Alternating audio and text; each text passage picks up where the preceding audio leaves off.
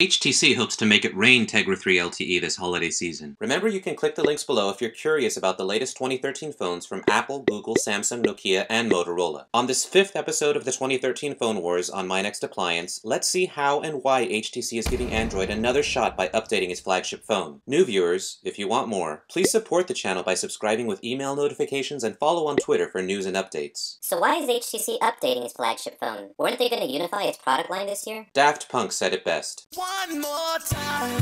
HTC needs a big hit, so they are releasing a One X variant one more time. As I said in Phone Wars 2, it lost a ton of business when the iPhone came out 5 years ago. While Samsung is a highly diversified multinational conglomerate getting money from all kinds of industries like tech, construction, defense, and finance, HTC's business depends heavily on smartphones. Most of Apple's money came from computers and iPods back in 2007. Today, Apple gets almost 50% of its revenue and 60% of its profits from smartphones. While RIM and Nokia have been losing money hand over fist, HTC still turns out a profit, but it is shrinking. In 2011, it peaked at 10.7% smartphone market share, and while it now sits at 5.9%, HTC is hoping to stop the bleeding inflicted by the Samsung Galaxy S3 over the summer and the iPhone 5 in the fall. So what's HTC going to do different for the holidays? Setting aside Phone Wars 2 and what HTC and Microsoft are cooking up together in the kitchen, let's see how the One X Plus product line is new and fresh. It's upping the clock speed, growing the battery, and tripling the storage. This is the first system-on-a-chip Tegra 3 with LTE. The 4 cores clock in at 1.7 GHz, a 13% clock boost, while the 5th Ninja core takes over for light tasks, all supported by 1 GB of RAM. This is really the best Tegra 3 on the market with a 25% graphics boost, so it can now output full HD 1080p wirelessly with DLNA support or directly with HDMI out. Chip Wars 2 goes into more detail if you're curious. Basically, HTC claims a 27% increase over the One X. One of the biggest problems with the HTC One X LTE version was limited storage, and while you still don't get microSD support, it ships with either 64 or 32 GB versions. And with the power-hungry Tegra 3 and LTE on board, HTC upped the battery to 7.77 watt-hours, claiming 37% more talk time. The 8-megapixel backside illuminated sensor relies on a 28nm wide-angle lens that hits f-stop 2.0, but now a separate HTC image chip processes images and 1080p video. Only the external speaker gets a Beats audio amplifier to tweak the treble and bass. The color scheme is different with a matte black polycarbonate case and the Beats logo on the back. On the software side out of the box, it runs Android 4.1 through HTC's Sense 4 Plus user interface. What things are still the same as the original One X? For starters, the 4.7-inch Gorilla Glass 2 Super LCD has the same 1280x720 resolution at 312 ppi. The front 1.6-megapixel sensor records 720p video. For wireless connectivity, it still has Bluetooth 4.0, dual-band Wi-Fi, and NFC. And it has all the same sensors. As a bonus, users still get 25 gigs of Dropbox storage and access to the Tegra Zone game library. In the end, depending on the price, the One X Plus looks like a good faith effort by HTC to address the limitations of the One X while increasing the performance with the Tegra 3 powered by a bigger battery. Now, if only HTC quickly pushes out Jelly Bean updates to current One X owners, all might be better in HTC's universe. Stay tuned to Phone Wars 2013 because we're still going to look at a device update that merges tablets and smartphones together, and I still hope to start another series that looks at the evolving world of gaming. Finally, if you're a new viewer... Who, me? Why? You haven't subscribed yet? Not yet. You haven't? Why not? I keep forgetting. Come on, it just takes a few seconds. What's the point? Can't I just save your videos? How are you going to know when a new video comes out? And besides, it helps me see if I should keep the channel going. Okay, you got a point. What do I need to do? Like, comment, share, and subscribe with email notifications to support the channel. You can also follow a Twitter account for news and good tech deals. I'll get on it. Don't forget.